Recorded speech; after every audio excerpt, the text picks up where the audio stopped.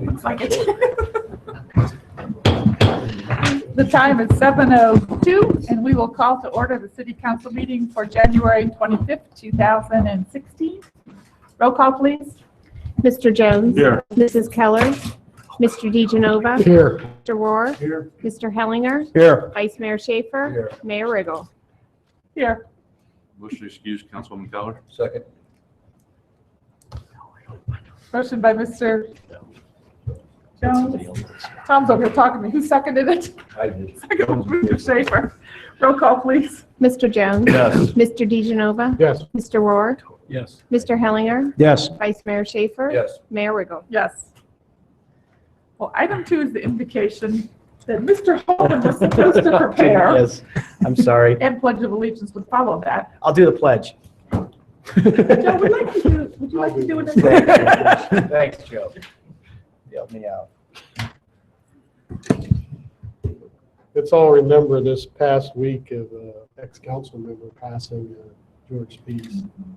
I had the privilege of serving on council with him, and he always did his homework, as his wife did also. Just keep him in your thoughts and prayers this evening.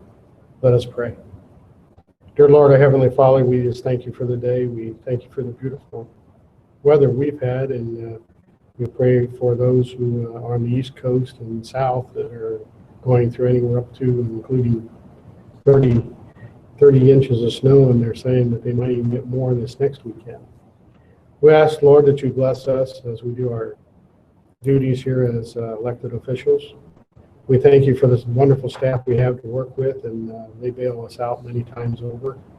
We pray for our service organizations, police and fire, that you will protect them in the time of needs, and especially the police, who are going through a very difficult time now recruiting, and the episode we had in Danville last week, which is just unbelievable what this country's coming to. We ask, Lord, that you forgive those who do these things. We ask that you bless our young people, that they will be our future leaders in the next 5 to 10 years, and give them the foresight and knowledge that to direct us in the time of need. We thank you, Lord, for all the blessings you have given this city. We ask that you continue to bless us, each and individually, and as a city and as a community. We ask these things in Jesus' name. Amen. Amen. Allegiance to the flag of the United States of America and to the republic for which it stands, one nation, under God, indivisible, with liberty and justice for all.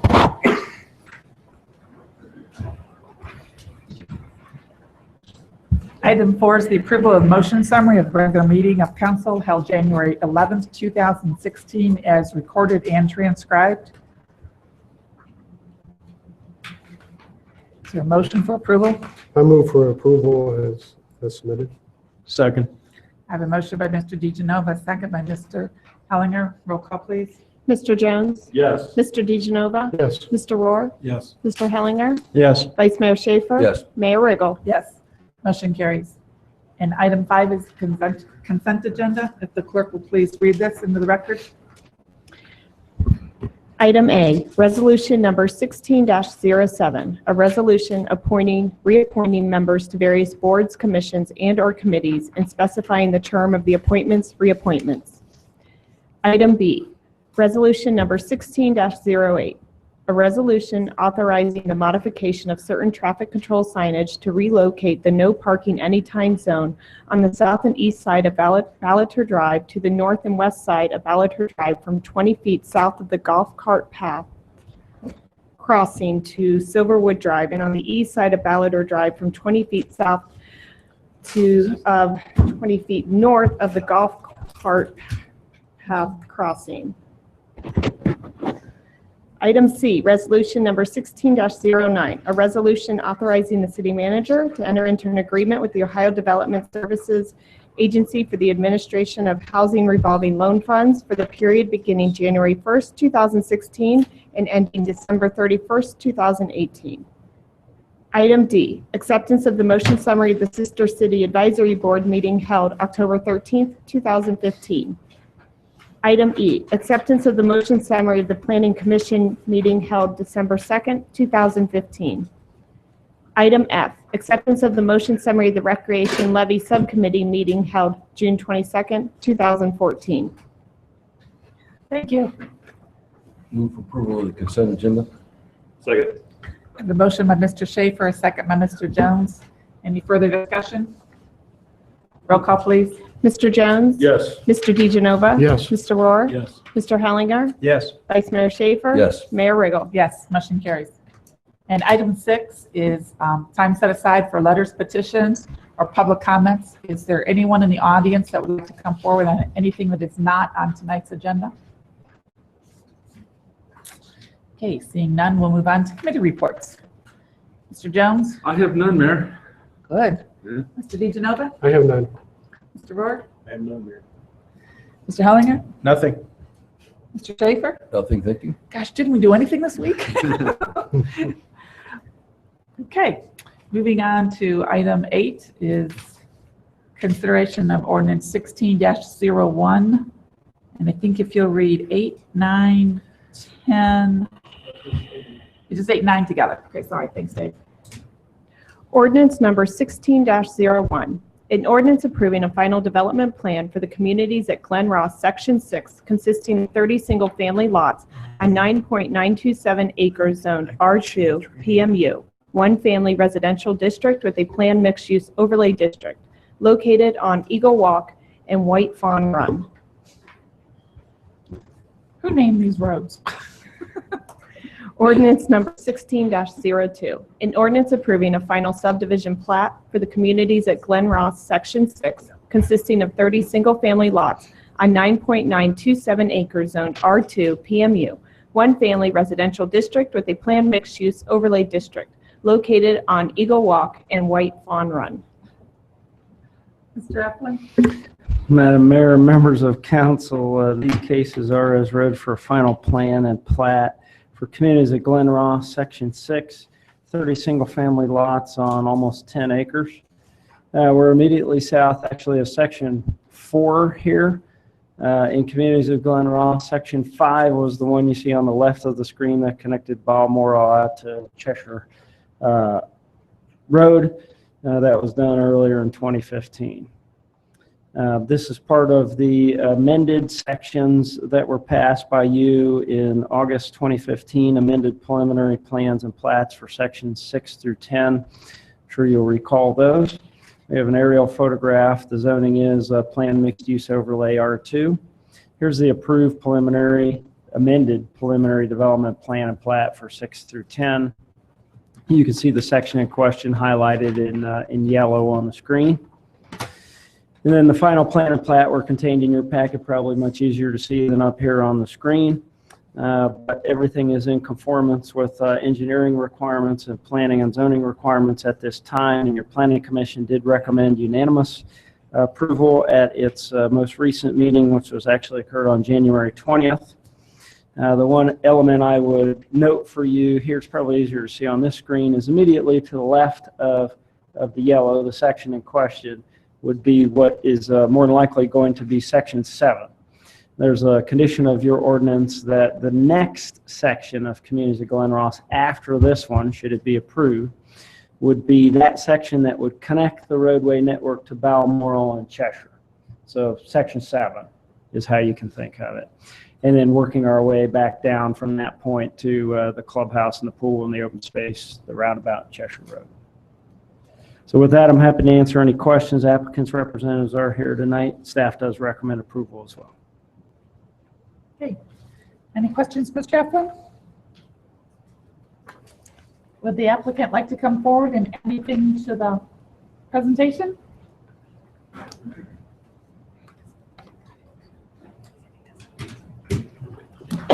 Hi, Brian Bringer, 5500 New Albany Road, Columbus, Ohio. I don't have anything to add. So. Okay. Any questions for the applicant? I have two. The houses, they discussed at Planning Commission. Did you come up with a figure? Are they going to be 350, 400,000 price-wise? I don't know the price range, to be honest with you. You didn't get an answer for that? Okay. Second, there's 3 conditions on the first issue and 11 on the second. Are you aware of those and are Yes, willing to work with staff on all those? yes. That's all I have, Madam Mayor. Any other questions for the applicant?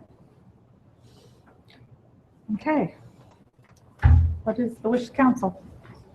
I move to suspend the rules requiring 3 readings on ordinance number 1602.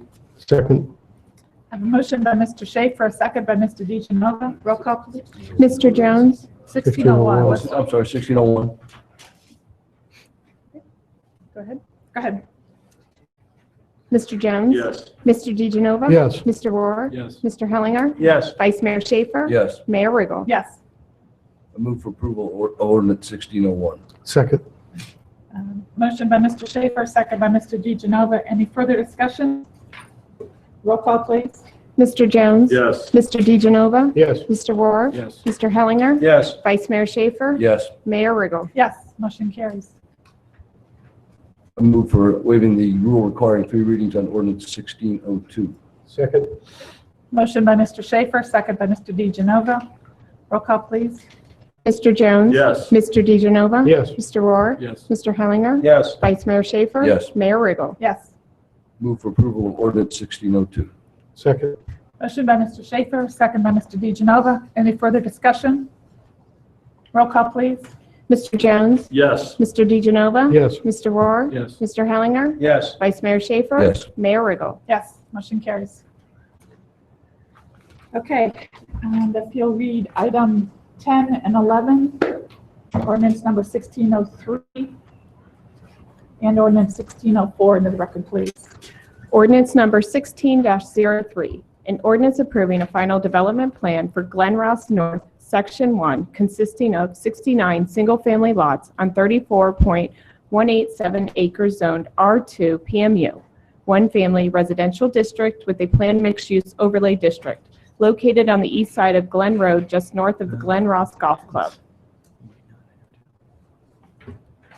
Ordinance number 16-04, an ordinance approving a final subdivision plat for Glen Ross North, Section 1, consisting of 69 single-family lots on 34.187 acres zoned R2 PMU, one-family residential district with a planned mixed-use overlay district, located on the east side of Glen Road, just north of the Glen Ross Golf Club. Thank you. Mr. Eflin? Madam Mayor, members of council, this would be for the first section of that newly annexed approximately 100 acres north of Glen Ross, which has come to be called Glen Ross North Subdivision. This is the first final plan and plat for that anticipated subdivision. Here you can see the location map immediately adjacent to Glen Parkway and the Sycamore Lane roundabout, and immediately north of the Glen Ross Golf Club existing development. The zoning is R2, planned mixed-use overlay, and this first section does consist of 69 single-family lots on 34 acres. Slightly different than the preliminary plan and plat, and that's in relation to some of the conditions that we had on that plan and plat and in conformance with that. Here we have the aerial photograph. You can see the whole area outlined in red, and then the first section approximately outlined in the interior piece of red on this aerial photograph as well. Tabletop farmland.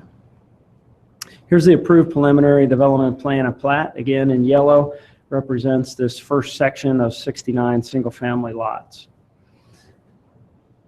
And here is, in your packet again, it's probably easier to see or on your laptop should you have those, but the final development plan and subdivision plat for this first section.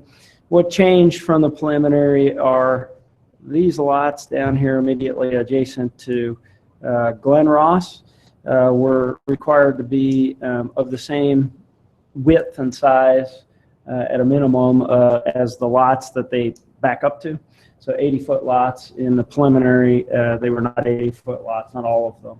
And so that's partially what's changed. And also there are a few more lots and coming up to what will be a new street up here was included in this first section. That wasn't anticipated originally to be in the first section, but it makes sense. I want to note for you that down here in the lower left of your screen, I don't know how you can see the arrow, I'm trying to paperwork here, but there's about a 1.5 acre open space area, which we have in our zoning text pre-annexation agreement and the preliminary plan of plat as becoming part of our Glen Ross City Park, which is immediately to the south. That's about a 7.5 acre city park. This would be dedicated over to the city, become part of that parkland. What we've indicated to the public and to you in the past is that we will go through a park planning exercise for really what amounts to the second phase of improvement in that park. Probably for sure wait for the Parks and Recreation Director to come on board, but I'm sure that would be part of their task, is to sketch out that process as well. The rest of the open space then is as shown on your plat and really surrounds stormwater management and open space and landscaped area along Glen Road as well for this particular section of the plat.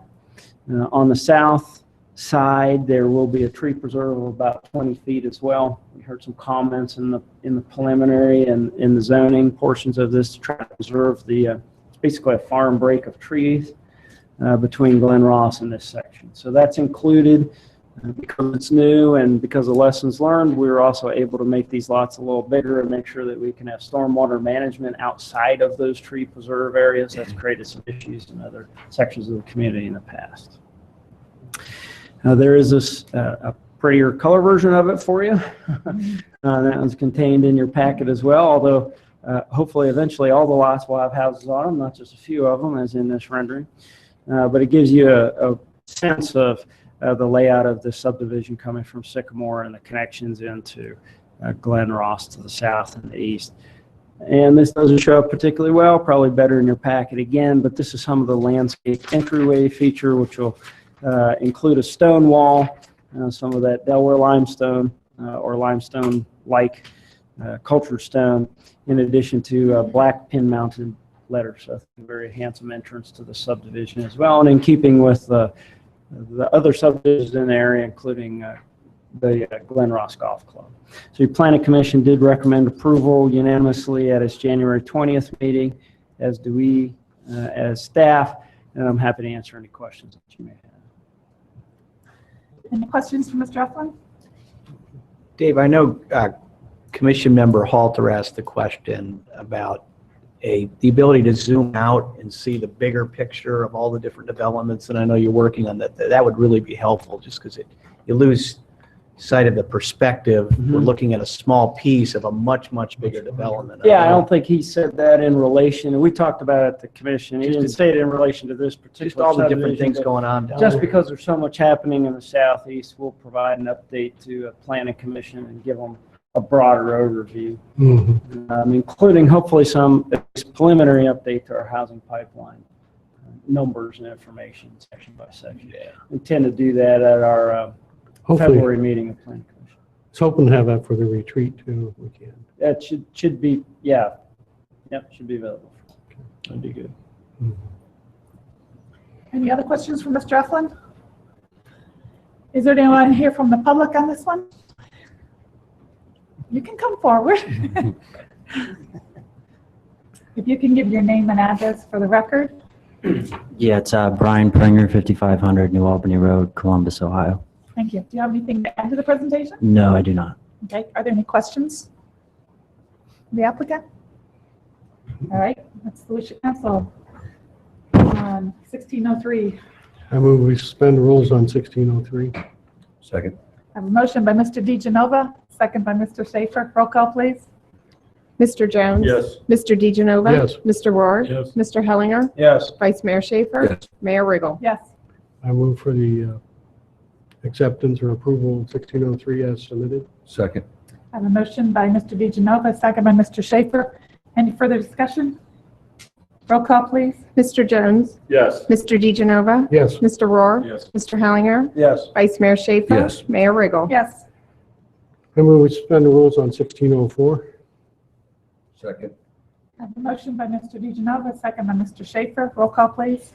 Mr. Jones? Yes. Mr. DeGenova? Yes. Mr. Rohr? Yes. Mr. Hellinger? Yes. Vice Mayor Schaefer? Yes. Mayor Riggle? Yes. I move for the adoption of 1604 as submitted. Second. Motion by Mr. DeGenova, second by Mr. Schaefer. Any further discussion? Roll call, please. Mr. Jones? Yes. Mr. DeGenova? Yes. Mr. Rohr? Yes. Mr. Hellinger? Yes. Vice Mayor Schaefer? Yes. Mayor Riggle? Yes, motion carries. And item 12 is a presentation of Troy Township request to amend annexation utility policy. I think we're going to start with Brad on this one. And David. Yes. Hi. Good evening. Yeah, this is really a request that had come to council last year from Troy Township trustees who had requested that the city consider changing its policy with respect to annexation for utility services, and it was principally focused on water service. That request came to us middle part of last year. Council Mayor Riggle and I and Brad Stanton attended a trustees meeting last summer. Then we had some discussion of it late in the year last year, but we got busy with budget and we weren't really able to spend a lot of time discussing it. So we're here tonight to really this was really scheduled to be a work session item, but because this was a light agenda, we're done at 7:25 with all of our business. We felt it made sense instead of meeting next Monday night to meet tonight to discuss it. So this is intended to be work session format, dialogue between city staff and council. I know Trustee Price is in the audience. He was here at the last time and has made his request, but we really wanted to kind of provide an overview of the issue in this particular request, and then some discussion of what our recommendations are. So with that said, Brad Stanton, our Utility Director. Thank you, Tom, Mayor, and Council. Just to give a little bit of history on this particular water service area in Troy Township, what's occurred in the past, where we're at currently.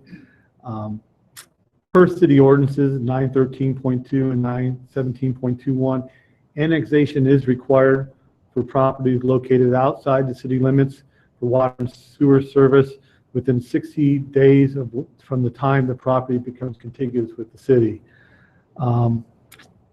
With Troy Township specifically, in 1998, the city installed a well field. We did test pumping of those wells per EPA requirements. Nearby wells were adversely affected during the testing of those of the new well field. At that time, the city did deepen wells or drilled new wells for impacted residents in Troy Township. After that testing period, the well field was not connected to the water plant and was only used for testing of the pumps periodically. In then 2003, city formed a stakeholder committee group with Troy Township residents. Our consulting firm at that time developed a zone of influence, as it was called, where it was determined impacted residents within the zone of influence. For residents that had a drawdown of their well that was 5 feet or greater, the city compensated them with $4,000. Residents that were in the drawdown area of 3 to 5 foot were compensated with $2,400. At that time, they also signed a waiver that there would be no additional issues with the city. The map of that zone of influence was attached with your packet. Residents at that time, the city constructed a water line on Coover Road, parts of Buttermilk Hill Road and Troy Road. There was also a Delco water line. Majority of the residents at that time used that funding from the city to connect to either Delco or the city water. And the property owners that did connect to city water at that time, they did agreement to annex once their property becomes contiguous with the city. On the map that you see up there to the north, the upper portion of the blue is where the water line was constructed on Coover Road, the city water line, and also Buttermilk and Troy Road. The residents that have connected to the water line have signed the agreement to annex when they're contiguous. You can see they're not anywhere really close to being contiguous with the city. The lighter blue is the city corp limits that you see down to the bottom of this map or to the south. In 2011, the city constructed a 16-inch Penry Road raw water line that connected the raw water line to the city water plant. We still did not turn on the wells at that time because we didn't have the need to run the wells until the new plant was constructed. In 2011, the city constructed a new 24-inch transmission line that comes from the water plant down 23 to Hills Miller, up Hills Miller, and cuts across. You can see it on the map there where it's signified the 24-inch. Easements were required from residents on the north side of Hills Miller at that time to construct the water line. During easement negotiations, we reached an agreement with those residents in exchange for easement rights that if they were to connect to the city water line on Hills Miller, the north side residents would have either 10-year or if their property transfers, whichever comes first, to annex into the city. So that most of the residents on that section of in the green connected to city water at that time, and that was in 2011, and they will be required to annex to the city if they're contiguous in 2021. Those easement agreements were recorded with their deeds, and if the property were to transfer, or if when 2021 comes up, we'll be notified from the Delaware County that annexation agreement takes place then. Letters were sent to residents on Hills Miller Road in both September 2010 and March of 2011, notifying the residents on Hills Miller Road of the connection process requirements and the annexation requirements in regards to the city process at that time. In 2016, where we're at now, the city has funding in place to do a Penry Road wellfield monitoring program to determine if, since we've run the wells since December of 2014, if the operation of those wells have any impact on the aquifer at that time. Hopefully we'll get that report done by summer, and so we'll be able to report back to council whether the operation of the well field has impacted the aquifer. Just to make council aware, back in 1998, when we first did our study of the Penry Road well field, the safe yield was determined to be 3.9 million gallons a day. The safe yield is basically the quantity of water which may flow or be continuously pumped from a well in a given period. When we put in the well field, the actual firm pumping capacity, our maximum rate that we can pump based on the size of our pumps is 2.16 million gallons a day. Our daily pumpage average since December 2014 has been 1.55 million gallons a day. You can see it's well below what the pumping capacity is of the well field or the safe yield.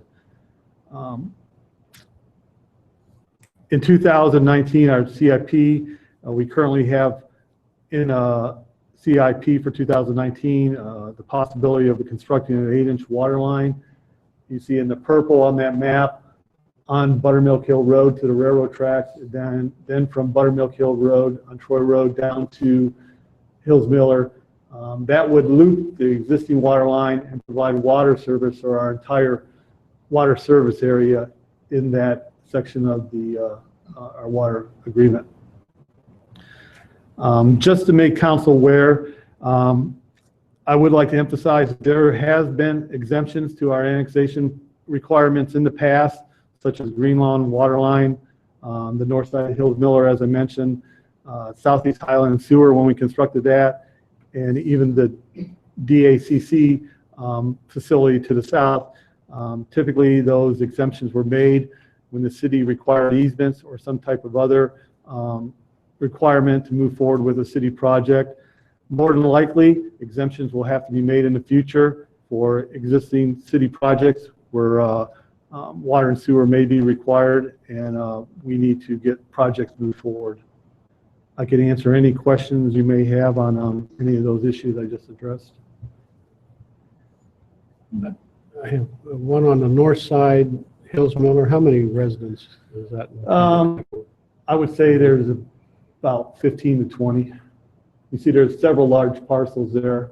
Most of the existing homes are on those 2, 3, 4 acre lots.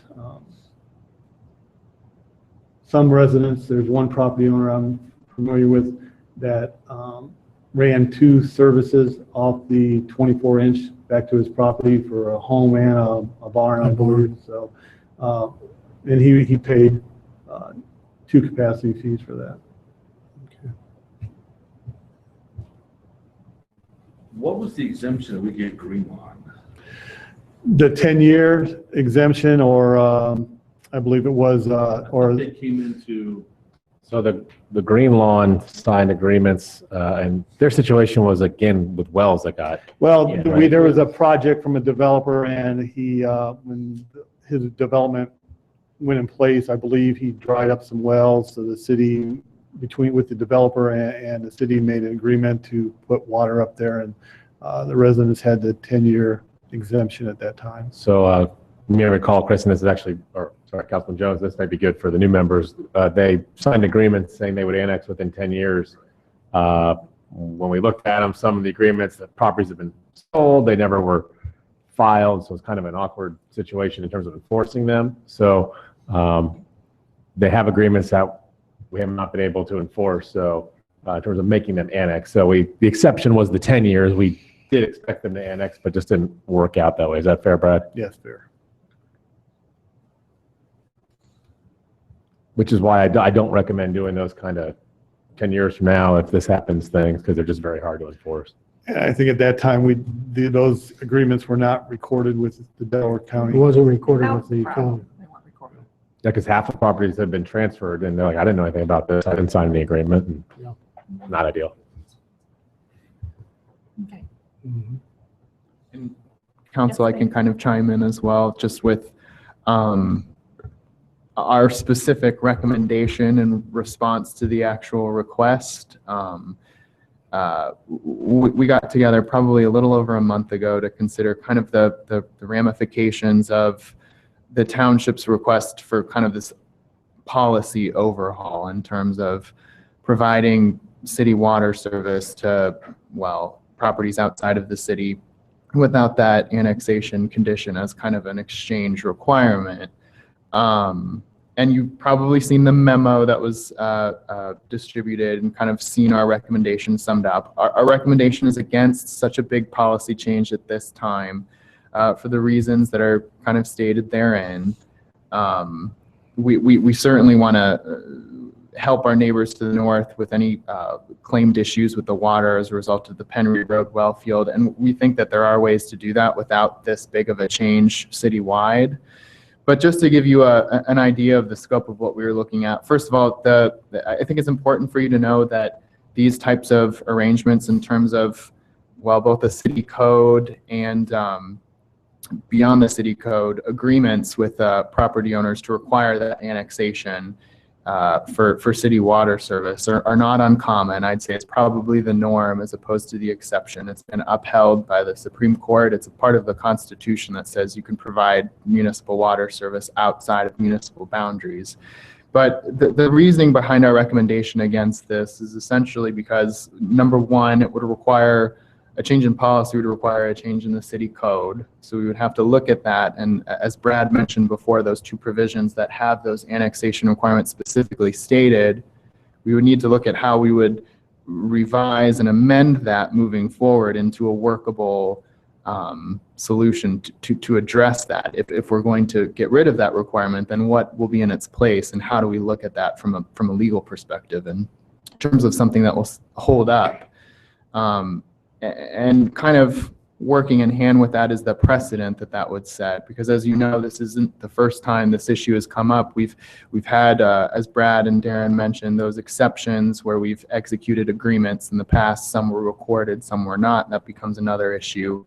But how are we going to address these when we have similar requests moving forward in the future with people outside of municipal boundaries who are requesting city service and now they don't want to have to annex at all? How do we kind of address that and tackle that? And There's a whole other component that comes in with what other services we may or may not be providing, and you'll see in that memo, it talks a little bit about sanitary sewer development and kind of the uncertainty and unpredictability that has when we're looking at the future and when sanitary sewer is going to becoming available, especially in northern areas like close to Troy Township. So that's kind of where our recommendation was coming from, and if you had any questions, certainly would be willing to address them. Well, let's just set it straight, though. The reason they weren't recorded was not the property owner's problem. It was the city's fault because it did not get recorded. So the applicant, the owner of the property, did nothing wrong. It was the city that City attorney neglected didn't file to file that, period.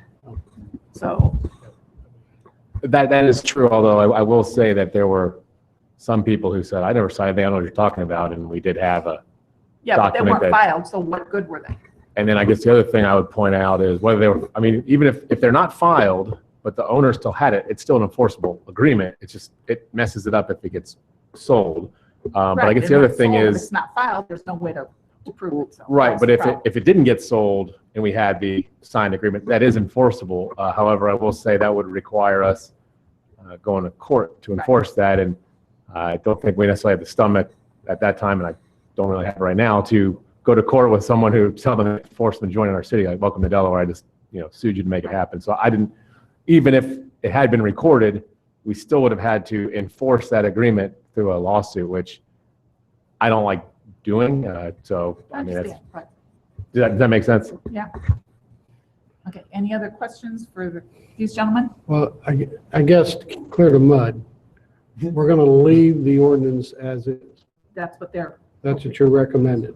Correct. So then the property owners, if they want to annex when that time comes, they have a 10-year period. No, Not the north people on Hills Miller. The north people, they already have that agreement. They have that agreement, so they have to live by that The agreement. request right now is from the Troy Township trustees is for several properties on the south side of Hills Miller. Is it the green area, Brad? That is the Yeah. blue area, just Blue south. area. South The area. green area is the north side. North of the Where the agreement's in place for the Okay. 10 years. There are several property owners on the south side of Hills Miller that have inquired about water service. And just from the phone calls I've received, and those residents want city water, but they do not want to annex. And the line is on the north side of the road. Yes, exactly. And that's why the That's easements why were the required, easements- because the line was constructed on the north side. of the road. Clears up the mud. Yeah, to put a fine point on it, it's really a policy question. It's not as simple as just saying, and this is what David was mentioning, it's not simple as just saying, oh, we like these particular folks, we want to do it for them, because A, we'd have to change the ordinance, and when you do that, do we want to make a policy change such that we allow other folks to do it? Because you can't just let some for no reason and others. So we certainly could explore doing that. It just has bigger effects on other developments and things like that.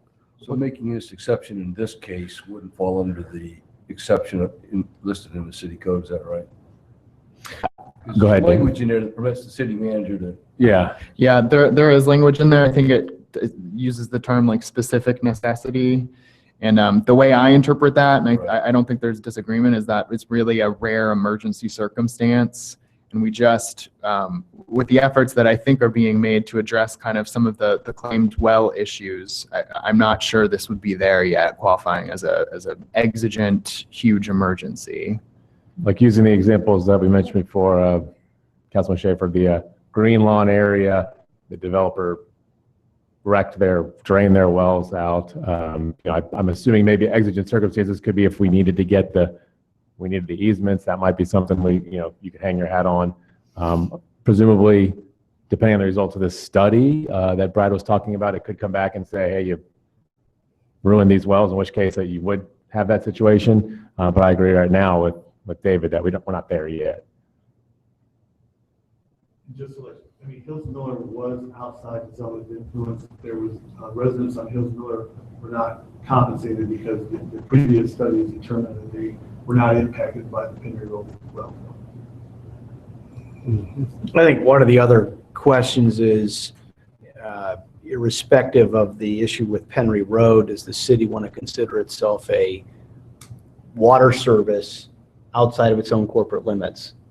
And in some cases, you would argue there might be some benefits to doing that in terms of a revenue standpoint, but it gets complicated because of this issue of annexation. And I know that Trustee Price has made the point, and I understood it well at the last meeting and at the trustee meeting, that they understand the whole development issue, that sewer drives development, not water.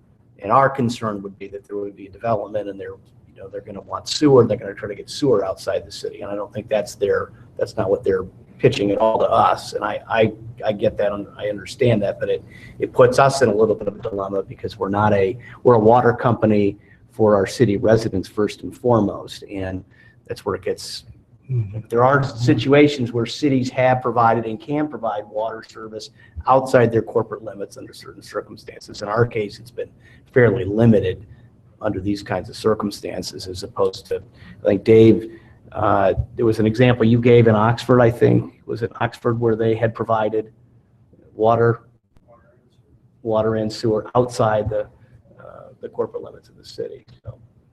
So if we do nothing and the residents on the south side of Hills Miller choose to take city water, they have to annex into the city within 10 years. If they're contiguous with the city court limits. And as you can see, the residents on the south side of Hills Miller are contiguous. And the concern is there on their part that the lifestyle, the zoning is different in the city than it is in the township, and there's certain benefits they enjoy of being in the township, and those types of restrictions.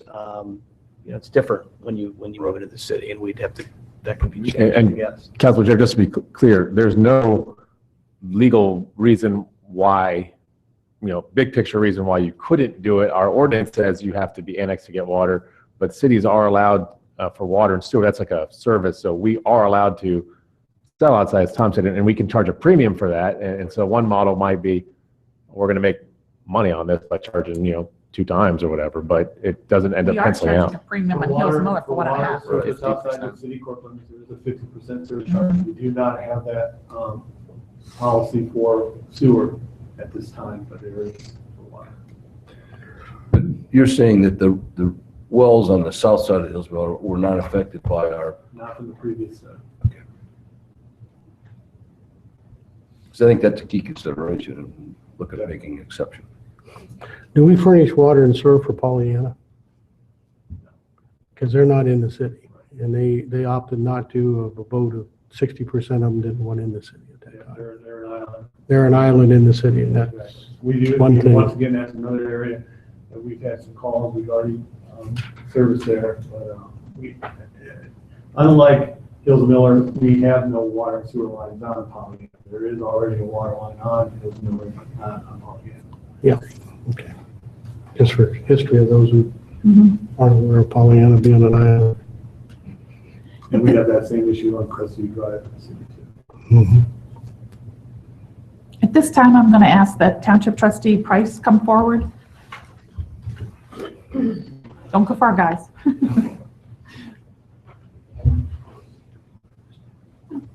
Just a discussion. And for the record, if you'll give us your name and address. Doug Price, 2335 Horseshoe Road. Okay. What can I do for you? Well, you're the one that came to us, so tell us your thoughts. Nothing to disagree with what Brad had to say. In your previous study, the area was limited, the pumping wasn't an everyday occurrence. When did you turn the wells on? Full time? Yeah. 2014. Right. Okay, 2014, I think, toward the end, like December. Last year, at the beginning of the year, we had residents call us. Farther south than what was in the service area, or I don't know what zone of influence for the well field. One is actually probably in the green area just up Troy Road. Mr. Walters, I don't know. Walters is fine. Mhm. As soon, probably wasn't a month after you started pumping full time at the 1.2 million gallons a day, as well started pumping mud. I believe you guys have an agreement in place with him providing filters. Exactly, we've done that. Right. And And Mr. Walters Good. You're going to come up here Yeah, because sorry. Okay. Right we're now, not live sorry. streaming. I'm not here to be, I'm not trying to be I adversarial want or everybody else to anything, you know. understand. Well, we have some new members and. they Um, need to be refreshed. When you first did your first well field studies back in '03, I know you affected wells kind of north, over along the Section Line Road area, farther north, you know, that's where a lot of the problems were. You guys provided money to the residents up there to tie into Delco or deepen their wells. Well, now that you're pumping, you know, to me, a well's not something in concrete. You can do all the studies, but unless you drop somebody down there, see how deep the thing is, you know, when you guys start pumping out 1.2 and it's already moved all the way farther south, what happens when you go to 1.5? And that's why we just asked that you look at the annexation policy for the people that had to tie it into sewer. Good. Just to speak about Mr. Waters, I did meet with him today. We did provide him some more filters. You know, in speaking with Mr. Waters, his issue is not necessarily a quantity problem, it's more of a quality problem. He typically, what he explained to me is that he typically had to change out his filters once a month. Now it's like every 2 weeks. So we did provide him with filters to help offset his cost of that. And we'll continue to work with him and the other residents that feel that they're impacted by the continuous operation of the well from now. I know another resident, former Troy trustee, Mr. Poole, we met with him. I believe it's the same issue with him. I have personally not heard from any other residents in that area besides Mr. Poole and Mr. Waters in regards to any impact to the wells. After our meeting we had up at Troy Township, one resident spoke to me that lives on Troy Road, probably closer to that green section, did indicate to me at that time that he did not have any issues at that time with his well, but he would like to be one of the locations for the monitoring well when we do start to conduct the new study. How many wells does Mr. Walters have? I believe what he mentioned to me, I think he has 2 of them. 2 at least. He has a horse farm. So. Yeah, I believe I think his mom has a home on the location, and they had to re-drill his well, her well, to 150 feet, and at the 150 feet, they're not experiencing the problems they did with the shallower well. Our wells at Penny Road are 200 feet deep. I believe if anybody were to drill a new well within that aquifer, it would have to be At least 200. magnitude of 150 feet or more. Any questions for Mr. Price? No. And the reasoning you wanted to explain what you told me why you wanted to do it this way. Come on, don't be afraid. I'm not afraid. As most you know, development's driven by sewer, not water. And I think you guys call this the Northwoods section in your master plan and everything. You know, I hate to say you want to ask something special for one section, but it is different than everything else. The way the city's going now, you guys are going east, west, south. North is not a high priority area. A lot of the residents feel kind of backed into a corner that they had to sign the annexation agreement to keep good water, to get good water, because I'm not going to say the wells were the best in the county to begin with down there, but when that service came along, do you take the chance of having worse water, or do you tie into a good water supply? You got Delco water won't come down there because the proximity to the city. That's why we were asking to revisit up there to your annexation policy. And we don't have a problem with it because we can't provide sewer, but when sewer would become available, that's when your annexation policy kicks into effect. You're providing water to large lots, you're not gaining anything. The way it is right now, according to Brad, in 5 years, they have to annex. If it's set up the same way it is right now, okay, what are we going to do? You guys have the north side of the road, we have the south. Mhm. Who's going to take care of it? Who's going to plow it? Who's going to do snow plowing? Who's going to do paving? Nothing, right now, we have an agreement, Troy Township and the city does, Mr. Bill. Because I don't want, just to help you guys out, we take care of Clear Run, which is by TSC, and the little section that's in the Hills Miller right now, because so you guys can keep your snow plows farther south where the majority of your growth is.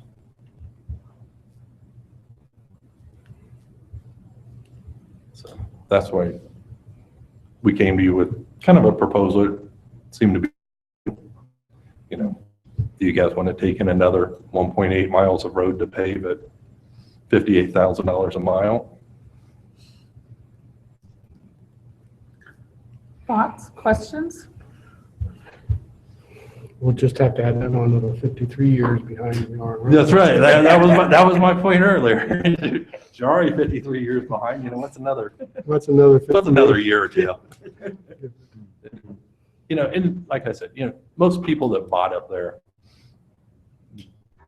I don't want to say don't want to be in the city. I can't speak for them, but they're close. They have amenities to the city, but they're also out in the country that on a large lot, as far as the tax base, what's the city going to gain from that? Not much. There's really two sections left in that between Troy Road and US 23 that could be developed. One's on the south side. It's approximately 40 acres. Do I think anything's going to happen with it for now? No. If anybody would ever buy it down the road, they'd probably want to annex it into the city, and they'll be at your doorstep wanting sewer because, 20 houses on it, or 69 to 70 like you have at Glen Ross where you have sewer and everything available.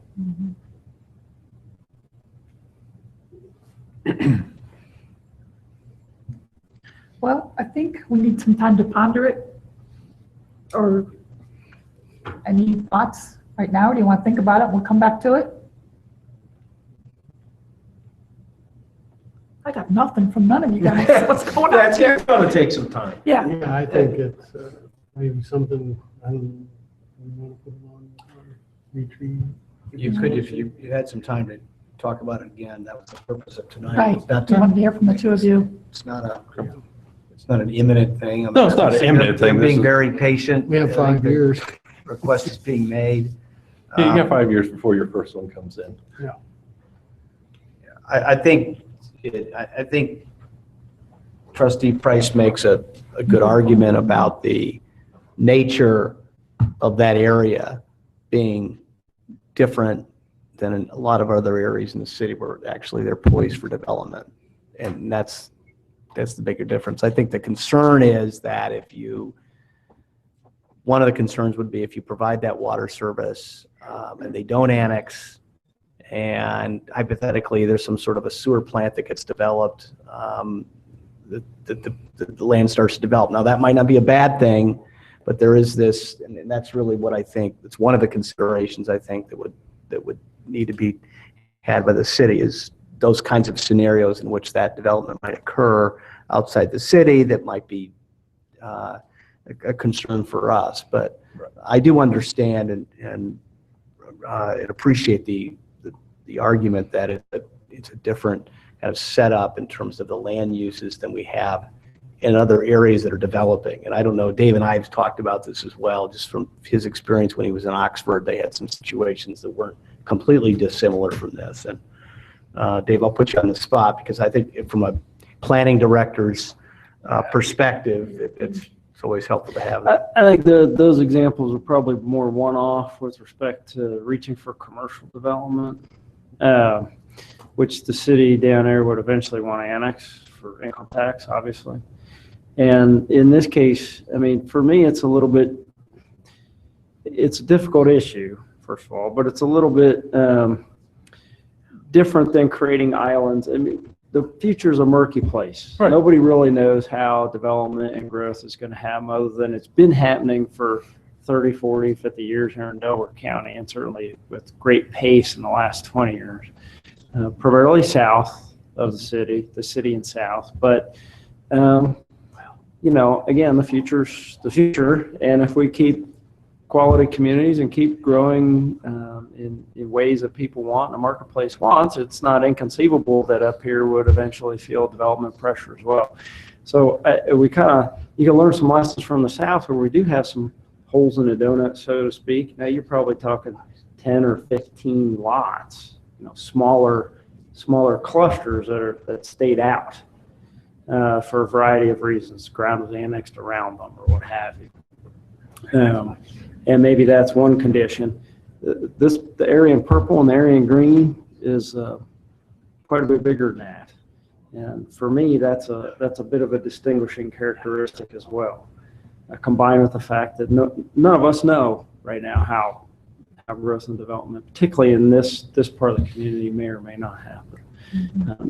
Sitting here today, we can all make an argument probably one way or the other in those terms. I certainly understand what the issue is and what the concerns are. I share Darren and the staff's perspective that these are hard to, whether you record them, whether you don't record them, as long as you get them signed, but it's hard to enforce. And it's certainly hard to track amongst staff, turns over to administrations and what have you. And difficult for homeowners as the next guy buys. I didn't know about that. I guess that's the best perspective I can give you up here. I do support the staff recommendation as it was brought forward tonight with this particular issue at this time. I think the larger question is not necessarily what you think is going to happen in this area, or there's going to be development here. I think it's really the bigger picture, which is that annexation policy for water something you want to keep, or do you want to lighten that up and go for a revenue model? I really don't think, we're unlike a Cincinnati where I've worked. We're not going to have a metropolitan sewer district and a metropolitan water district that even reaches over into other states like they do down there. It seems to me that this current policy served us pretty well in our growth and development and allows us to be in control of our planning and development and the way our community looks and feels, which is different than how Troy Township looks and feels, and that's fine. There's strength in those differences, but it seems to me that we should be very cautious as to whether we're going to give up the ability to maintain that control moving forward. How you do that, where you do that, I think that no matter where you're talking about it, on the edges of the city, this is an issue. I don't see any of us wanting to stop growth and development with respect to the city at this point, necessarily close off that option anywhere at this point in time. No, and we're not asking it. Yeah, I know you're not asking us to do that. But in terms of trying to reach, it may not be these two property owners that are south on Hills Mill Road, but it may be the 40 acres between those two. And, right. And that's just the nature of annexation law in this state is right. Complicates that for cities and almost forces you into a stance of you're in or you're out. And that was my point was this to see about changing from the water to annexation requirement to sewer. Because and you will say, you're not going to put a development plan up there if there's no sewer. No, I think the likelihood is remote. Is very remote because you leave it the same and leave it your AR district and 5 acre big acreage lots the way it is. Okay, so I think we'll have further discussion on that. Okay. So thank you both very much. Thank you for your time. Okay, it's 8 o'clock. Chris has to leave at what time, 8:30? 8:30. So, well, if we have ethics, then we don't have time for this. So take your pick. I think it's gonna take a half hour, right? Here's the nice thing about it. It's a CD with little video vignettes, and so we could take as little or as long as you want. How long's the CD? They're like 5 minutes, 3 minute skips skits, and then we talk about them. So we can watch 1, and we can watch 2, we can watch 7. So I can keep it exactly as short as or as long as you want. Yeah, let's get rid of the rest, not the rest, city managers. Yeah, just to, real quickly, I attended the Recreation Commission meeting last week, had some follow-up discussion regarding not two commissions, but subcommittees, one looking at recreation, one looking at parks. This is something that they had been discussing now for the last year or so. They were a little reluctant to do it when they first got seated.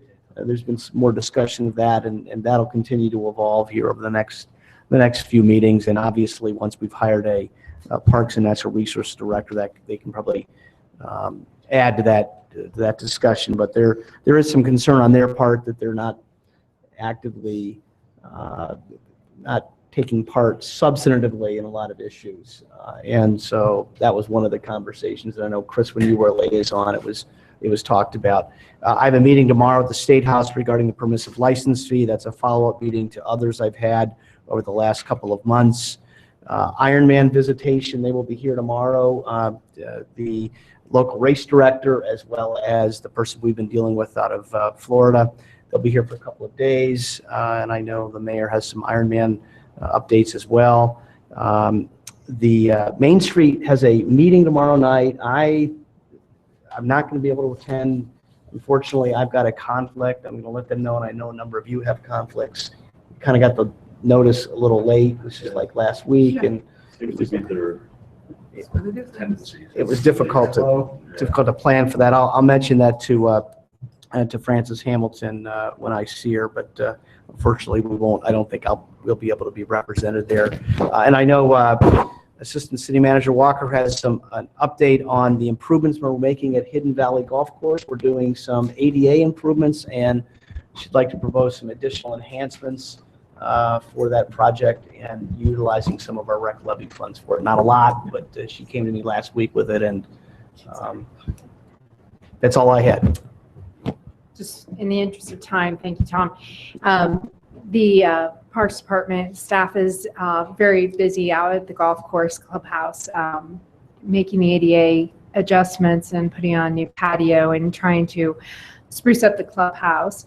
And as I was going through the clubhouse last week with them, I had some ideas about some things that we could do to put a little punch into the clubhouse at a relatively low expense. And once I get the final numbers, I would like to bring it back to the Recreation Levy Subcommittee. We would like to put some interior veneer stone on the wall that is closest to the parking lot, and then put in some French doors with glass transoms that overlook the golf course, so that people can sit in there and enjoy our golf course. And then also keeping in mind that we're going to have an outdoor patio area now that we hope people to be used. Hopefully the idea is to get people, draw people down there for, to spend some time. It's a beautiful course. We want them to enjoy the clubhouse. So that's just a couple ideas I had. Maybe buy some nice furniture, some flat screens, so that they can enjoy their time down there. And if they could have a beer, they'd sit there much longer. just But yeah, I'm not saying I don't disagree, but yeah, that will probably come back eventually. But just some ideas that we had, some low cost, something that can really bring the clubhouse up to the standard that the city has now set for its parks and recreation venues. My opinion. Thank you. Thanks. Okay. Council comments. Two quick ones on my end. Our first meeting in February, I think February 8th, I will not be able to attend that evening. Business trip I have to attend. Is there an agenda coming out for the 13th? Are we still working on the agenda for the retreat? Yes, for the retreat, yes. Probably the next week or so, yeah. Okay, because if there's any time, I'd like to just touch base on a few comprehensive plan, conversations. Yeah, if there's some, yes. There's something you guys want on the agenda. Yeah, please. Definitely, I just want to touch base on. Yeah, most of it will be some transportation issues that we'll be talking about, but obviously if there's. And I'll share some thoughts. Okay, Email yeah. to everybody, That's okay. great. That's all I have. Okay. Mr. DeGenova? Are we still going to meet on the first? No. Work session? Tonight, No. took Yeah. Took care of it tonight. yeah, cross that out. Okay, and then I'm working Friday the 5th, and the next week, Willis again, 8-hour days, for their spring, it's supposed to be their book fair. So if anybody's looking for me or wants to stop in, that'll be my last book fair for Willis, because they won't be having classes up there anymore. The chamber dinner is Thursday night. I plan on attending, and Tom knows going to, Carolyn's going to. Darren's going. Okay, Jackie? No? Okay. and I'm trying to think if there's anything else.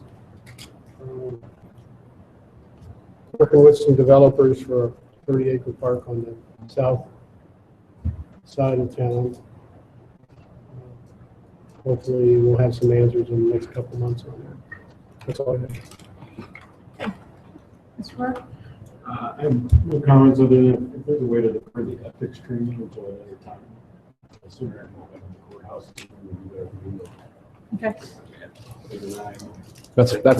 That works for me because Councilman Keller's not here anyway. Right. They're still delivering? Mr. Hollinger? Nothing. Mr. Schaefer? On Friday, I attended the ribbon cutting for EMS, the Crawford building over there. It was a real nice ceremony. It's going to hopefully generate a lot of other opportunities for growth in the area. And then Saturday, I was at Community Day at Ohio Wesleyan, very nice event, a lot of people to turn out for that. Good. And then Thursday, I attended the Packatans ribbon cutting, phenomenal. That is going to be such a huge asset for I was Delaware. there Saturday, and it was packed. Yeah, they don't need to go to Lewis anymore. They get to stay right here in town, which I is think just I wonderful. get to go tomorrow, I think. Yeah, it's wonderful. Yeah, I think it's a good fit. And Ken, thank you for going to those other two things for me. I was in Arizona at an Ironman conference. My head is still spinning. It is just going to be huge. I've never said I'm afraid to tackle something. I'm afraid to tackle this. So I look forward to meeting with these gentlemen sometime over the next 2 days and just making sure that we will be ready. And I would like to say that if you cannot make it to a board or a commission, please call somebody, let them know. I know you didn't make it to Park and Recs, and I think they only had 5 people show up, so they didn't even have a quorum. I hate to see our citizens come to a meeting and not even be able to vote on anything. So, and I think we need to reach out to all the board and the commissions and let them know that if they're not going to be there, they need to either contact the chair of that or Michelle so that we can determine whether that meeting should be canceled or not. So I don't want to see them wasting their time either, and as well as staff.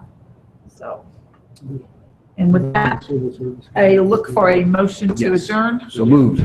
We are adjourned at 8:08. Jackie, did the civil service gets good? Yeah. No, Yeah, no training. You two can't make it. Well,